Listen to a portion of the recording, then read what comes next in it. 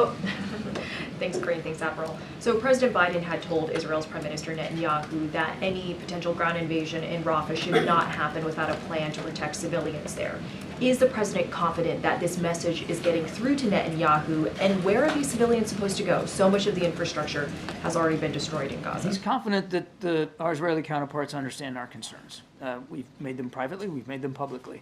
I won't speak for the Israelis or what they may or may not do, but they've heard loud and clear our concerns about where the civilians, that the civilians need to be protected. I can't tell you here talking, Selena, what that would look like, but we hope and expect that our Israeli counterparts will factor in the safety of those civilians appropriately as they consider future operations down in Rafah. So what could that look like given the situation? I can't get ahead of where we are right now. That's really going to be a question for the Israeli Defense Forces. They know and they understand our concerns. And Israel's Prime Minister told ABC News, without presenting evidence, that Israel's military has killed more Hamas fighters than civilians. What is the U.S. assessment of that? Do you agree with what Netanyahu told us? We don't have an independent assessment of those figures.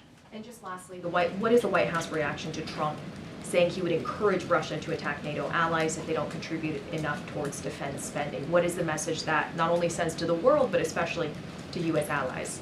Well, now, you know, I'm going to be careful. I can't talk about things that have been said on the campaign trail.